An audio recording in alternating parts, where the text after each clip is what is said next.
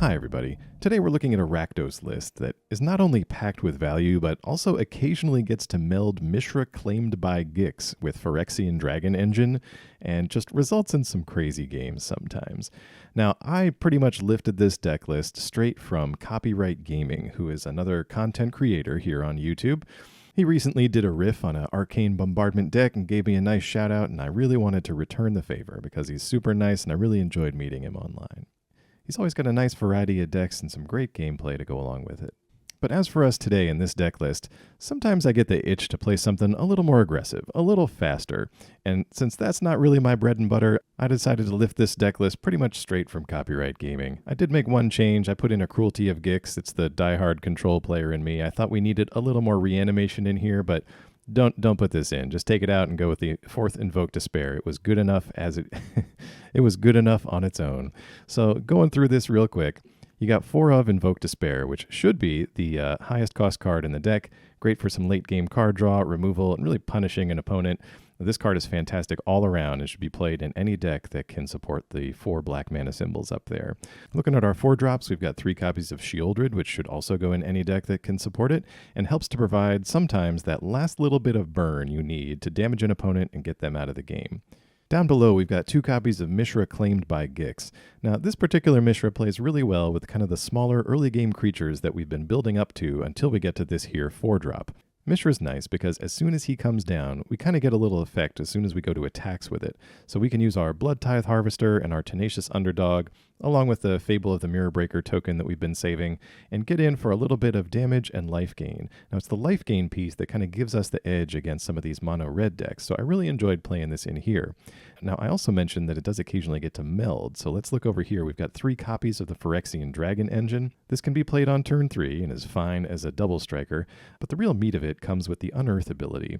So Mishra, we get to play out on turn 4, and then assuming the Dragon Engine is in the graveyard, we can unearth that, it gains haste, and then we can immediately put the 2 together and get Mishra lost to Phyrexia.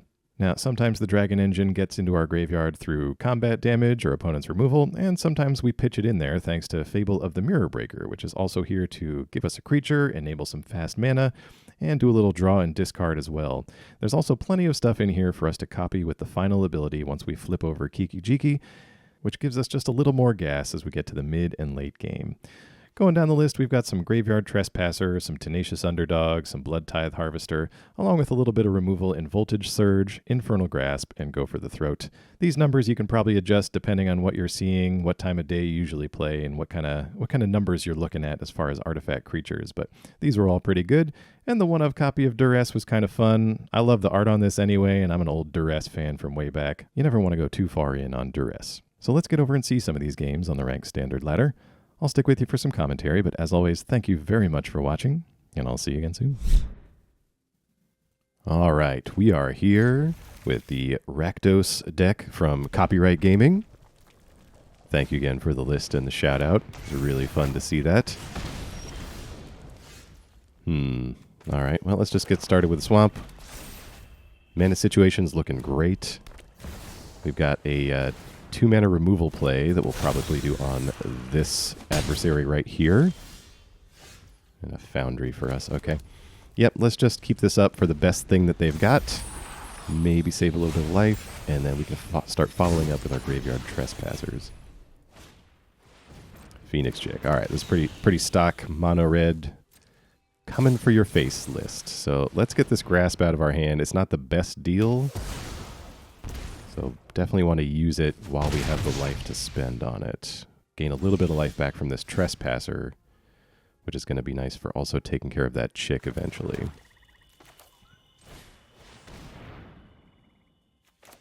All right, Trespasser, and then we can follow that up with a second Trespasser next turn. Get rid of this adversary, get 1 point of life back. And then we've got a blocker for Kumano here. Opponent going to play with fire. Our face gets a look at the top.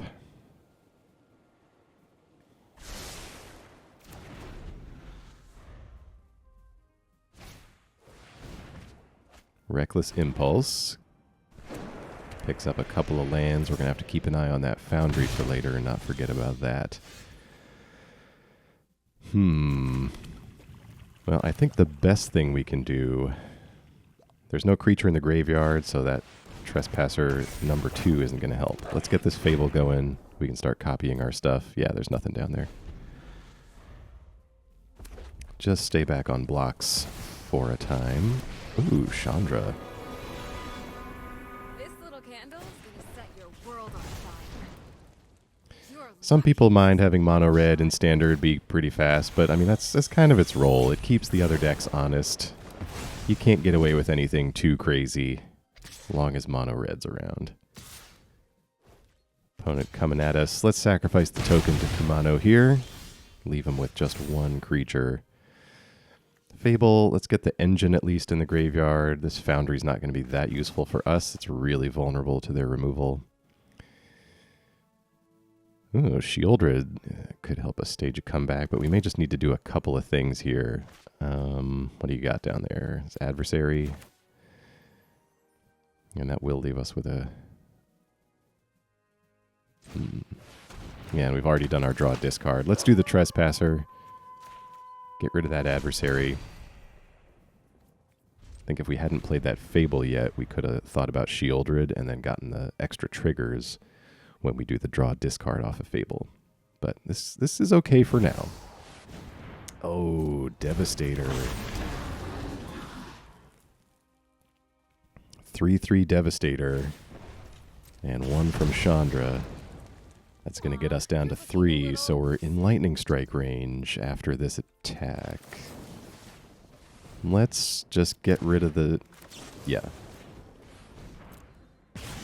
Don't want to submit any artifacts, don't have them.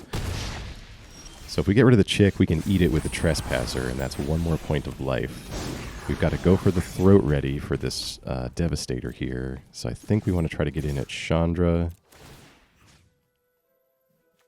Yep, let's eat the Phoenix chick. You're just never gonna learn, are ya? All right, let's get our Bloodtithe down as well, since we know we're playing Go for the Throat this turn. And then when that's all said and done, I think we can get Sheoldred down and then do the Unearth trigger from the Dragon Engine. Who needs a plan? Opponent looking for a spell to play, but comes up empty. That's good for us. Play with fire. Okay, it's going to take us to 3. Opponent still has the Foundry. They could try to go in here. No, Adversary, but not enough mana for the trigger. Okay. Not sure why they did that then. Let's get rid of that. I think we're blocking here for sure. And our turn. Mishra, that'll give us a little bit of life, right? Yeah. Well, let's get this down. We can immediately activate it, or I should say, whenever we want to activate it, we have a blood token available to do so. So Sheoldred is going to be the same amount of life gain for us. Let's eat the Devastator. Sheoldred is going to be the same amount of life gain immediately, but it's going to be a better long-term investment for us. Opponent will take 2 off of this draw. And I think we're above most of their burn here. Okay, Feldon. Feldon's going to give them a good look at the top if they want to come in here.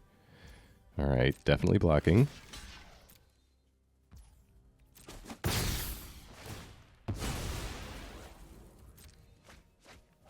Okay, Sheoldred vulnerable to a lightning strike.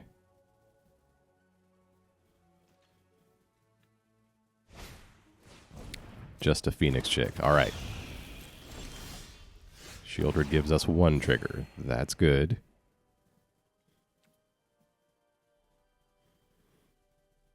I think we go the extra mile with Mishra.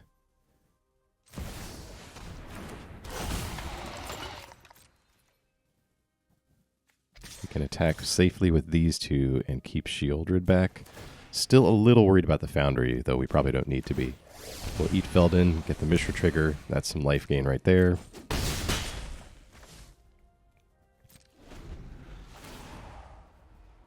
All right. Sheoldred offensively takes them to 2. Sokenzan makes a couple of tokens. All right. I think we got it. The most they can get in for is 3 here. All right. Good game.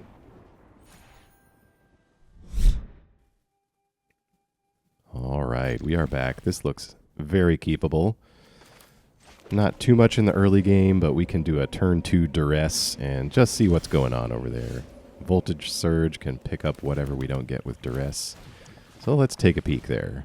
Opponent gonna love this. I think it's Bankbuster. They're a ways off from Elsbeth still, and this Invoke Despair can deal with that when it comes down. Alright, Farmhand, gonna go find them a Plains. Not worth surging this, I don't think. We're just gonna keep building up our black mana symbols to be able to cast Invoke Despair as close to turn 5 as we can get. Farmhand number 2 here. Find another Plains. Let's see, that flips over the old Coven restriction. Not that great. Well, Sheoldred here. Make him have an answer for it. Thanks to the Duress, we kind of know mostly what we're dealing with. Spirited Companion. Gonna go find him a card. They'll pay 2 life for it. Alright, well, there is symbol number 4. Let's go ahead and Invoke Despair, mostly just for the card draw. It'll probably net us 1 here unless they want to sacrifice the dog as the creature. Okay, they do. Well, that gives us a nice cushion of life. These farmhands aren't too much of a threat, so let's get in there. Not enough mana to Eiganjo if they have that. Alright, they're up to 5, so we could see Elsbeth here. No, it's a companion. Gonna continue digging and just taking a shock for that. Oh, and we get Invoke Despair number 2. Love it when they chain themselves together. That's nice. Alright, well, let's get the swamp down. I mean, let's grasp. We could surge the remaining one, or we could just play Mishra and start getting in for the attacks. Is this worth it? I don't know. Let's see, we could surge and activate Foundry. That might be okay, since we know we're not doing anything else. And then, yeah, what am I thinking? Foundry plus Sheoldred plus the trigger. That should be enough if these survive, so make them have something. All right, Eiganjo, that's gone. Not crying too much about that, since they're still at 2. We could actually finish them off with this Invoke Despair. So even though we lost the Foundry, I think that was probably the right thing to do. Adversary comes down. They spend all of their mana on it, but we don't even need to attack here. We can just go to Invoke Despair. That takes off, and they take 4. All right, good game.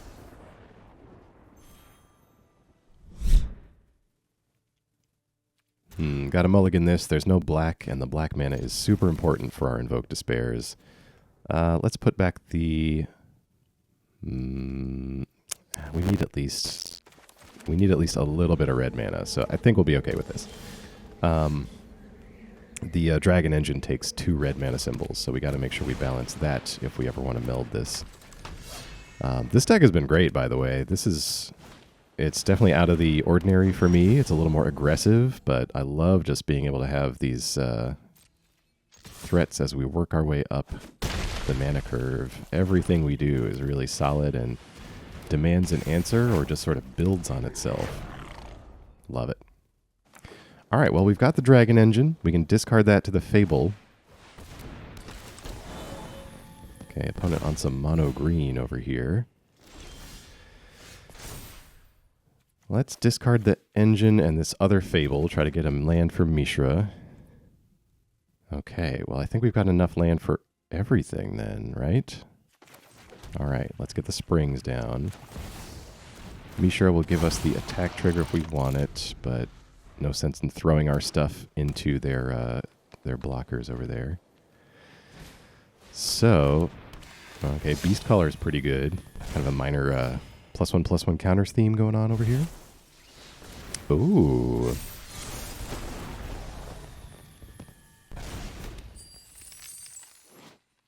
All right, well, that is a lot of text on one card. All right, let's try to figure this out, because I think our plan is solid here. Although we will lose Sheoldred. This is cooler. We're at 20. Let's do it. All right, so we attack with everything. Mishra melds into Mishra lost to Phyrexia. And we choose 3. That is a lot of abilities. All right, what do we got over here? All right, let's do that. And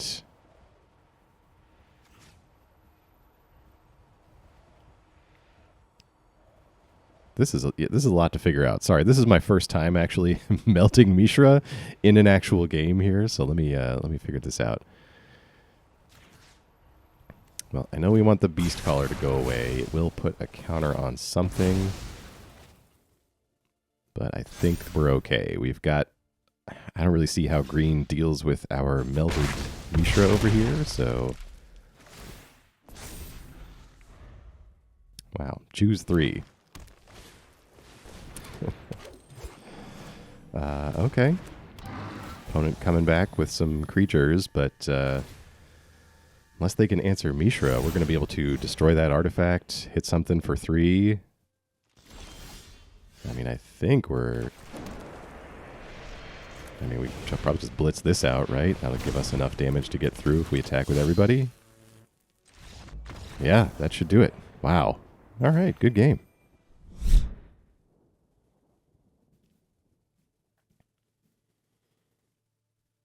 All right. Can't keep that because there's 0 red. As much as I love to have the black mana available for Invoke Despair. So let's put back the Grasp, save the life total. We've got to go for the Throat if this is an aggressive red deck, and that will help us out with the first couple of turns here, along with our Bloodtithe Harvester.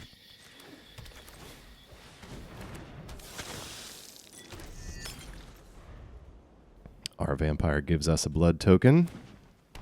And it looks like they're on some kind of Golgari thing. Well, let's get in for 3 since they're not playing anything. And I guess just keep the threats rolling with a Graveyard Trespasser.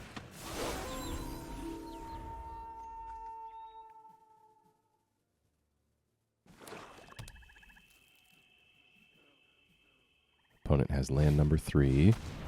Shakedown heavy. Okay, well, we can deal with that with Go for the Throat. And now we've got a Mishra on deck. Well, this is impeding our block, or this is blocking our attackers, so let's get rid of that. Prevent them from drawing any cards in the future, and we'll go ahead and eat it for an extra point of damage.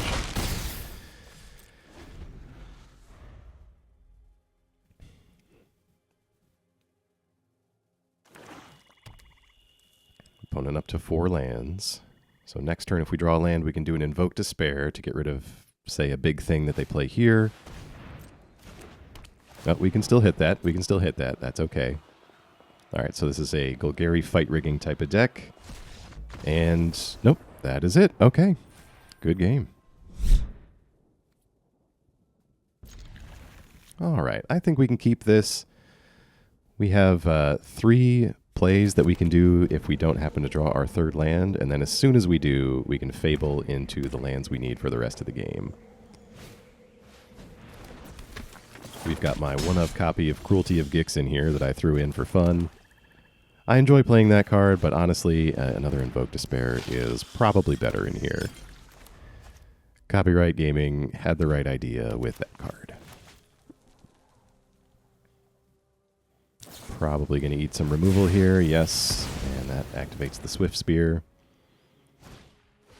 For those of you who did not have the pleasure of playing against Swift Spear during Khan's block, it was very good then, and it's still pretty good now. So we are going to get rid of that with Voltage Surge. And get out a regular Tenacious Underdog. We've got a surge to take care of this chick in the future, but there's probably something else coming down that we need to be worried about. Okay, our underdog eats a lightning strike, which is not terrible for us. If we draw no land here, we'll Fable. We'll probably just Fable anyway. Alright. We need to Fable to find those lands and get to Sheoldred. Sheoldred's going to shut this deck down, especially since we've eaten a little bit of their early removal. They might not have enough cards left over to add up to 5 to get rid of it. So we're gonna need this quickly. Okay. Well, let's say goodbye to Cruelty for 1.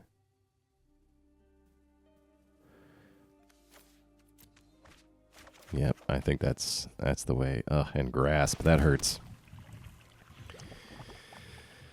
All right. 4 mana available. We have a blood token we can sack to the Surge if we need something to poke the Devastator with here. So let's do that while we can. I don't mind taking 1 from the chick if we have to wait another turn. So let's give ourselves some more mana to work with. And we can also play Sheoldred here. All right, we need Sheoldred to survive to get back into this. It's going to turn each of our draws into 2 life. Essentially makes our underdog free to play from the grave.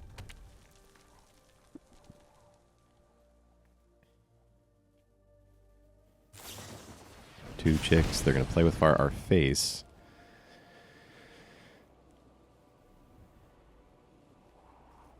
Probably looking for another lightning strike or a mechanized warfare to make these chicks a little more formidable.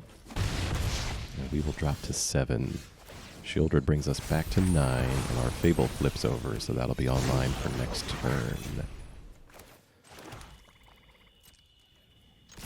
Well, we're not blocking these flyers anyway.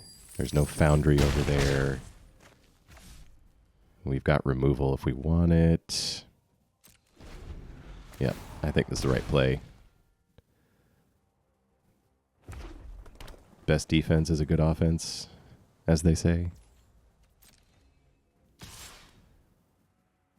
Opponent just getting with 1 chick, but they can't block, right? All right, well, we gain another 2. So, can we underdog and copy underdog here? Will that give us enough? Let's try it. Copy underdog. They can't block, right? Yeah, this has got to be enough.